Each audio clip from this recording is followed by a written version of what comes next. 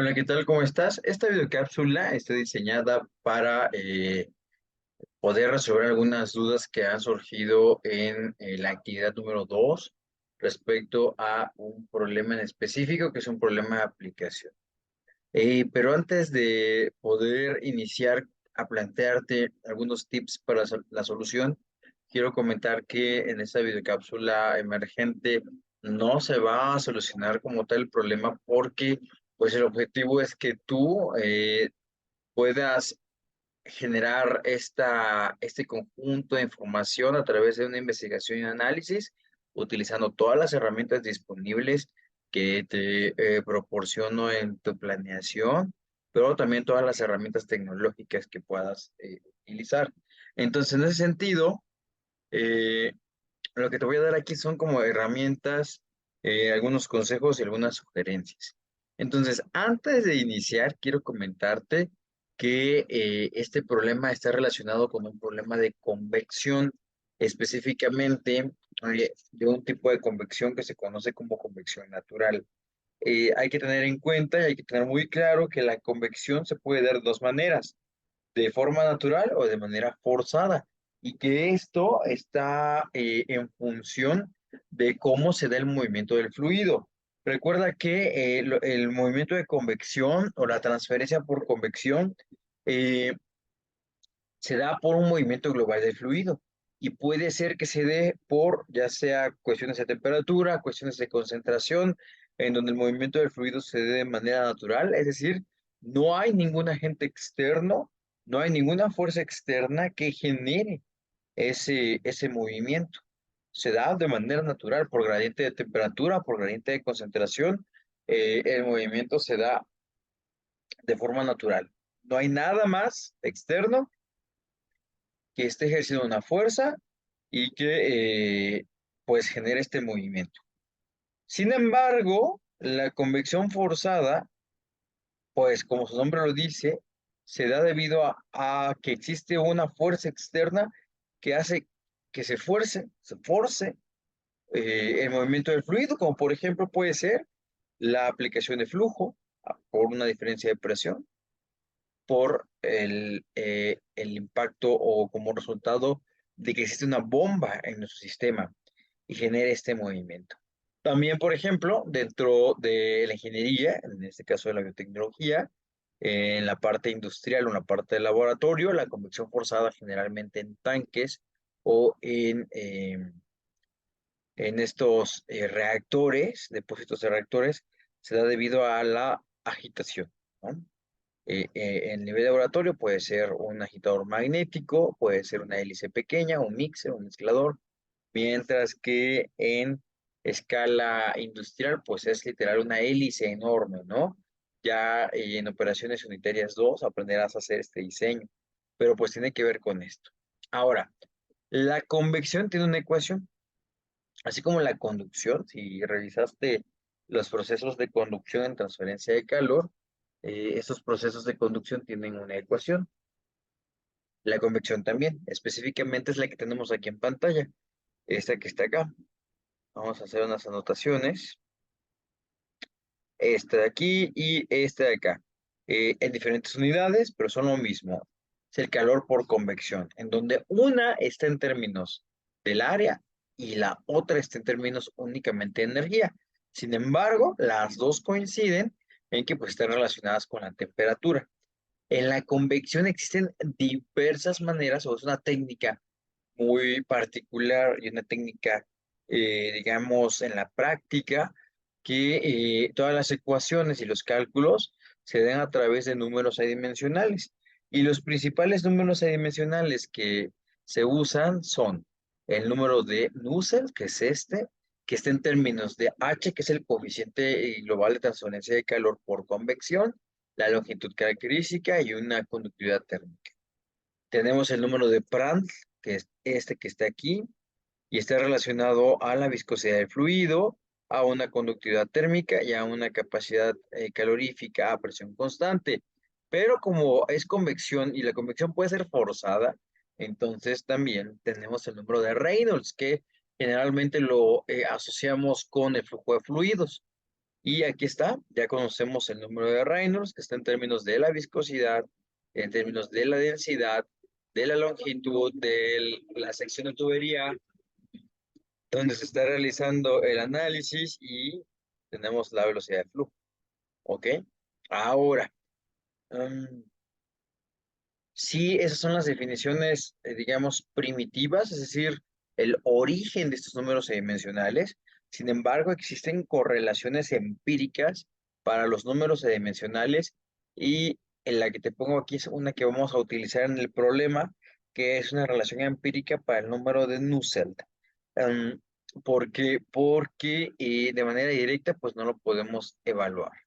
Ahora, eh, en el ejemplo que tenemos en nuestra actividad, dice lo siguiente, de manera muy rápida, dice, en el laboratorio de biotecnología se está llevando a cabo un experimento que involucra dos placas paralelas, verticales de ciertas dimensiones. Las vamos a dibujar aquí abajito. Entonces son dos placas paralelas, más o menos así. Es una placa y aquí vamos a dibujar la otra placa. Y hay una separación de aquí a aquí entre placa de aproximadamente 0,02 metros, es lo que nos dice el problema. De hecho, esto lo marca como H, sin embargo, aquí ojo, también H es esto, ¿ok? Entonces esto es 0,02 metros. Por ahí una de las dudas era de cómo estábamos dimensionando las placas, pero pues realmente las longitudes y las medidas están suponiendo con base en los datos que se nos están ofreciendo. En este caso es L por H, L por H, y nos dicen por aquí que H es 0,02 metros, mientras que L es 0,1 metros. Y bueno, ahí tenemos la primera duda resuelta. Se está como una misma variable, 0,01 metros.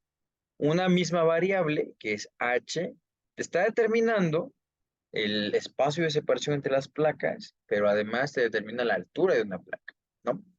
Eh, bueno, pues ahí está, en cuestión de las dimensiones.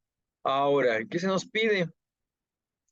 Eh, Primero se nos pide calcular la diferencia de temperaturas de dos placas.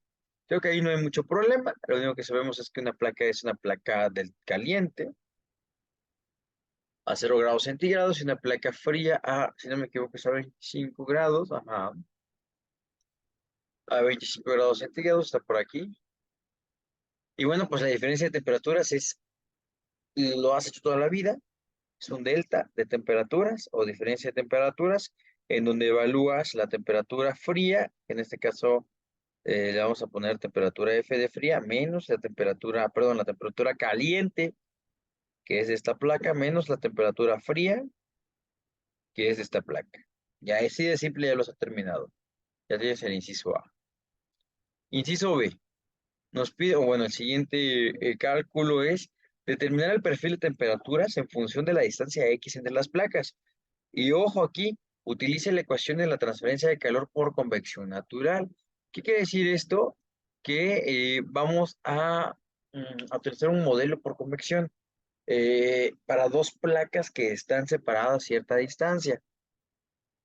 Ah, Cuando tenemos una placa, como el que tenemos aquí en pantalla, que es esta, y existe un fluido después de esa placa, eh, se asume este comportamiento. Obviamente hay un movimiento, hay convección, hay un movimiento del fluido, ¿no? Entre las dos placas. En este caso, la otra placa estaría aquí. Entonces, cercano a la placa, el fluido, por una condición que se conoce como condición de no deslizamiento, se queda pegado. ¿Por qué? Ya lo veíamos cuando estudiamos transferencia de movimiento, que las moléculas de cualquier fluido, cuando están en contacto con una superficie sólida, por pues diferentes condiciones físicas, como por ejemplo las interacciones electroestáticas entre las moléculas, genera que se peguen y se queden estáticas. Es decir, la velocidad de la molécula de cualquier fluido que está fluyendo y hay una placa o una pared en donde está bien ese contacto, pues esa molécula en ese punto específico se queda ahí. No hay movimiento, es decir, la velocidad de cero. Y entonces en esta parte en específico se da una transferencia por conducción, porque como está pegada la molécula a la placa, la transferencia de calor es a partir de materia juntita, unida, pegada por vibración. Entonces, estamos hablando de una transferencia por conducción. Sin embargo, después de esa molécula que está ahí pegada, todo lo demás de aquí se habla en términos de convección. Por lo tanto, la ecuación de energía que nos ayuda a determinar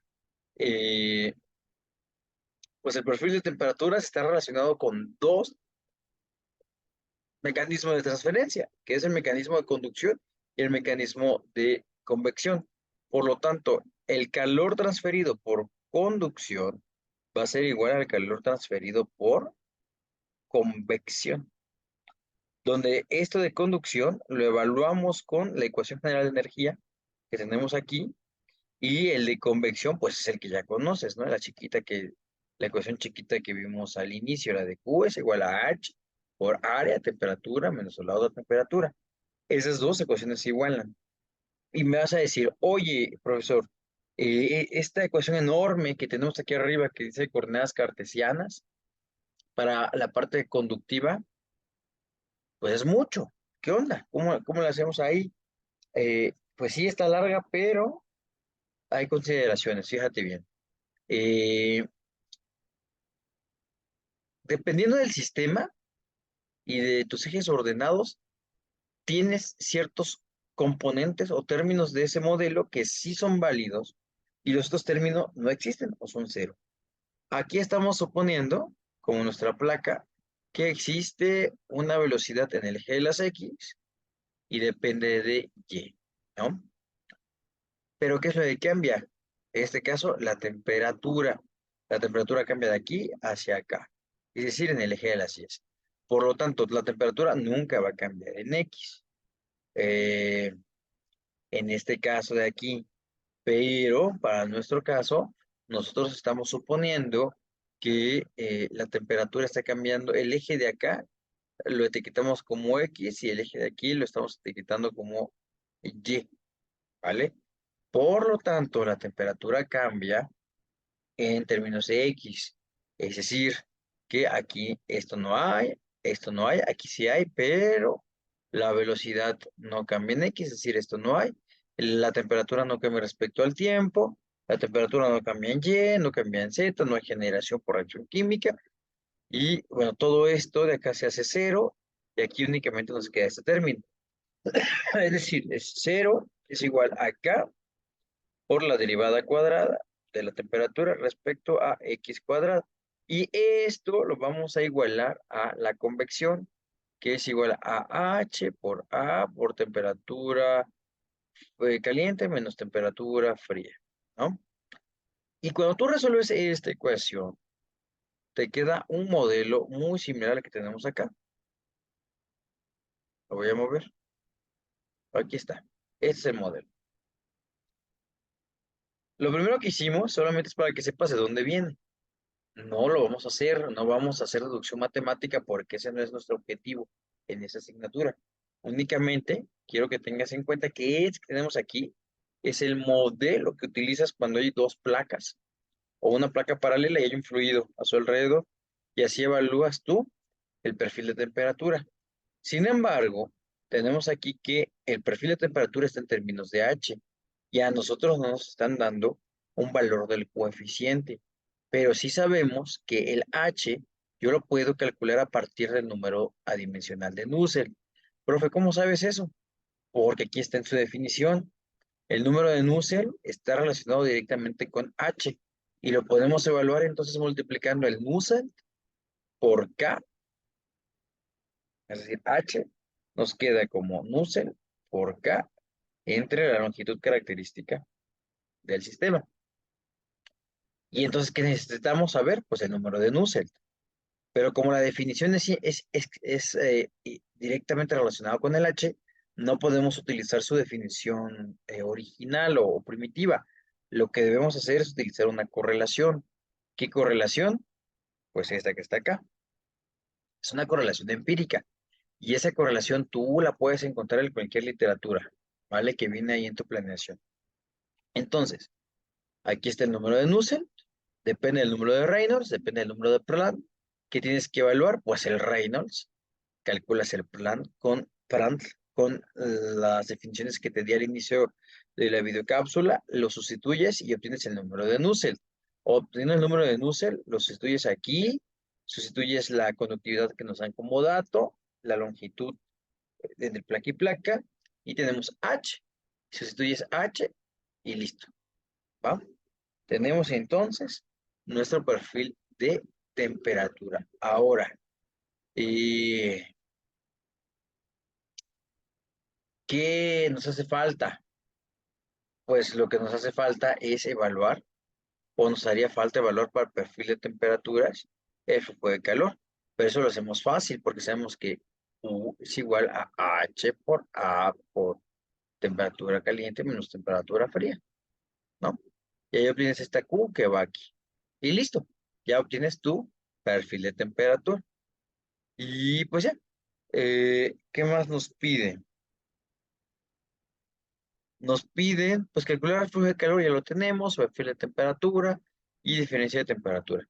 Nos piden además toda una serie de consideraciones teóricas y de que analices la información, pero eso ya es una cuestión que lo tienes que hacer tú con tu análisis propio. Espero esta videocápsula emergente te haya ayudado para resolver este problema. Nos vemos.